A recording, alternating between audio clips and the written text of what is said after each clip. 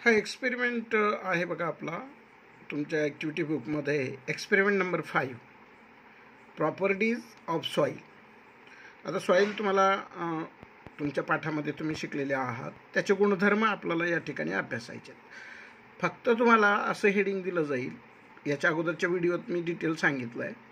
त्यासाठी तुम्ही आता एम पार्ट करायचं आहे. त्याचं लागणारं मटेरियल तुम्ही या ठिकाणी लिहायचं आहे. डायग्रॅम तुम्हाला सहशक्य असेल तर काढायची आहे, नसेल तर ॲक्टिव्हिटीला महत्त्व आहे, एक्सपेरिमेंटला महत्त्व आहे आणि मग कन्क्लुजनला महत्त्व आहे. ठीक आहे. तर हे सिंपल आकृती आहेत, डायग्रॅम आहेत, तुम्ही काढता आलं तर काढा त्या ठिकाणी. आता प्रोसिजर मात्र इथून समजून घ्यायचं आहे आणि तिथे मात्र ती आपल्याला प्रत्यक्ष करायची आहे. ठीक आहे. आता लागणाऱ्या ज्या गोष्टी आहेत त्या महत्त्वाच्या असतात, त्या आपल्याकडे सहज उपलब्ध आपण करू शकतो, नाही का. 3 मेजरिंग सिलेंडर्स, हे सिलेंडर जरी आपल्याला नाही मिळाले तरी आपण काचेचे ग्लास असतात बघा, ते काचेचे ग्लास आपण असे 3 घेऊ शकतो. फक्त मेजरिंग सिलेंडर वापरल्यामुळे लगेच आपल्याला हे कळणार आहे की हे पाणी या सिलेंडरमध्ये किती आहे, या सिलेंडरमध्ये किती आहे, या सिलेंडरमध्ये किती आहे, कारण याच्यावर ml मध्ये नोंदी दिलेल्या असतात, मिलीलिटरमध्ये. तसं जरी नसलं तरी आपण आपल्या काचेच्या ग्लासवरनं पण याचं ऑब्झर्वेशनमधून काय कन्क्लुजन निघलं आहे ते आपण सांगू शकणार आहे. ठीक आहे. तर आपल्याला लागणारं 3 मेजरिंग सिलेंडर्स आहेत. हे जर आपल्याला नाही मिळाले तरी आपण 3 ग्लास काचेचे मात्र घ्यायचे आहेत. अगदी छोटेही आणले तरी चालतं आहे, छोटेही वापरले तरी चालतं आहे. त्याच्यानंतर फिल्टर पेपर, हा पेपर मिळतो किंवा आपल्या लॅबमध्ये असेल तर बघूया आपण. फिल्टर पेपर मात्र लागतील आपल्याला. त्याच्यानंतर 3 काय आहे हे ग्लास फनेल्स. फिल्टर पेपर या ग्लास फनेलमध्ये आपल्याला ठेवायचे असतात, तर हे मात्र ग्लास फनेल आपल्याला घ्यावी लागतील. त्याच्यानंतर आपल्याला आपल्यासोबत शॅम्पल असले पाहिजेत की fine sand soil. Sand soil म्हणजे वाळू मिश्रित माती, आणि सिल्ट सॉईल एक आपल्याला पाहिजे, गाळाची माती, आणि तिसरं एक क्ले, चिकण माती. हे 3 माती मात्र आपण नमुने सोबत ठेवणार आहोत. सहज उपलब्ध आहेत आपल्याकडे. आता प्रोसिजर समजून घ्या आणि ही ॲक्टिव्हिटी तुम्ही घरी करून बघा. आणि या 2पैकी आता पण कुठली कोणाला येईल सांगता येत नाही, त्यामुळे दोन्हीचंही प्रिपरेशन तुम्हाला करायचं आहे. ठीक आहे. आता या प्रोसिजरमध्ये बघा, आपल्याला पहिल्यांदा काय करायचं आहे, fit cones of the filter paper in 3 glass funnels. अगोदर या प्रत्येकामध्ये ग्लास फनेल आपण बसवणार आहेत. हे जे आहेत ना असे ग्लास फनेल, आणि त्याच्यामध्ये असं आपण फिल्टर पेपर बसवणार आहेत. ठीक आहे. सोपं आहे अगदी.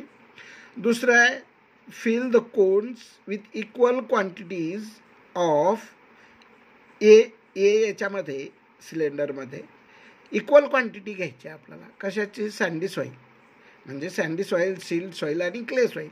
या तिन्ही जेव्हा आपण या तिन्ही सिलेंडरमध्ये यूज करणार आहेत ना, तर ते इक्वल असले पाहिजेत, कमी अधिक असता कामा नये. ठीक आहे. तर equal quantities of A sandy soil, B मध्ये आपण सिल्ट सॉईल, आणि सी मध्ये आपण क्ले सॉईल हे घेणार आहोत. ठीक आहे. त्याच्यानंतर तिसऱ्याला आपल्याला काय करायचं आहे, place the 3 funnels on the 3 measuring cylinders. हे मेजरिंग सिलेंडर आहेत, हे पाणी मोजणार आहेत. त्याच्यावर आपलं काय करायचं आहे, 3 फनेल या 3 मेजरिंग सिलेंडरवर ठेवायचे आहेत. Observe the amount of water collected in each measuring cylinder and measure the volume of collected water. आता या 3 सिलेंडरमध्ये जमा झालेलं पाणी आपल्याला बघायचं आहे आणि त्याचं व्हॉल्यूम मोजायचं आहे, म्हणजेच किती पाणी आहे. ठीक आहे. आता बघा, व्हेरी इम्पॉर्टंट काय असतं, ही ॲक्टिव्हिटी आपण स्वतः करायची असते आणि त्याच्यावरनं हा जो टेबल आहे तो आपण पूर्ण करायचा असतो. तर ऑब्झर्वेशनमध्ये बघा, ऑब्झर्वेशनमध्ये इथं खाली दिलेलं आहे वॉटर इन मेजरिंग सिलेंडर, त्याच्यानंतर साईज ऑफ द पार्टिकल्स आणि टाईप ऑफ द सॉईल. ठीक आहे. आता सॅम्पल ए मध्ये आपण काय म्हणतं, हे वॉटर इन मेजरिंग सिलेंडर. हे किती पाणी खाली गळालेलं आहे ते या मेजरिंग सिलेंडरमुळे आपल्याला नोंद होते, ते इथं लिहायचं आहे. आपण ग्लास जर वापरले तर आपल्याला काढून परत मोजावे लागतील ते, आणि मग इथं लिहावं लागेल. सॅम्पल बी मध्ये सुद्धा आपल्याला हे पाणी मोजायचं आहे. सॅम्पल सी मध्ये सुद्धा हे पाणी जे वरून आपण टाकणार आहोत त्या मातीतून, ते जे खाली गाळण झालेलं आहे ते इथं लिहायचं आहे. ठीक आहे. Size of the particles. आता या ठिकाणी जे आपण ए मध्ये कोणती सॉईल घेतली आहे? Sandy soil. तर या सँडी सॉईलमधले पार्टिकल कसे आहेत? पार्टिकल म्हणजे कण.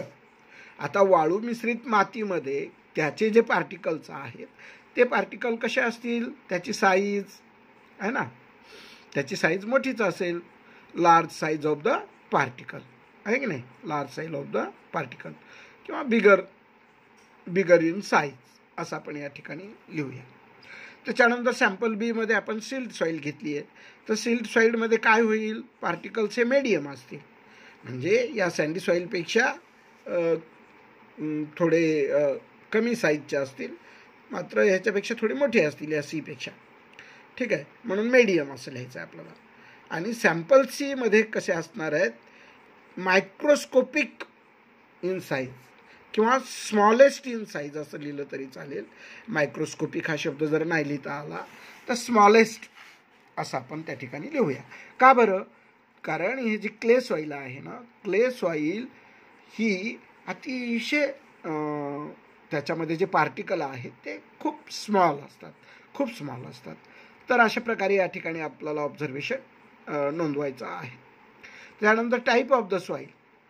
आता सॅम्पल ए मध्ये आपल्याला या सॉईलचा प्रकार कोणता आहे तर आपण लिहू शकतो ना. काय लिहिणार बरं? सँडी सॉईल आहे ना. सॅम्पल बी मध्ये कोणती सॉईल आहे? Silt soil. आणि सॅम्पल सी मध्ये कोणती आहे? Clay soil. हे मातीचे प्रकार झाले. ठीक आहे. आता कन्क्लुजन बघा, इकडे शेवटचं जे कन्क्लुजन इथं दिलेलं नाही तो रखना, तर इथं कन्क्लुजन आहे. हे कन्क्लुजन तुम्हाला लिहायचे आहे, लर्न करायचे बरं का. करा. Water holding capacity of sandy soil is minimum. Water capacity, holding capacity of soil is minimum एवढं लिहा. As the particles are bigger in size. ठीक आहे. Water holding capacity of silt soil is medium as the particles are medium in size. Particles medium आहेत म्हणून holding capacity of water of that particular soil is medium.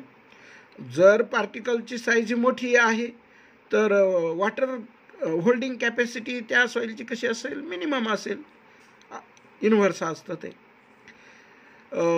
Water holding capacity of clay soil is maximum as the particles are microscopic in size. हे खूपच minimum साईजमध्ये असतात, smallest साईजमध्ये असतात, आणि म्हणून त्याची कॅपॅसिटी मॅक्सिमम आहे. हे आपण शिकलेलो आहे, फक्त आता आपल्याला प्रत्यक्ष हे करायचं आहे तिथं. ठीक आहे.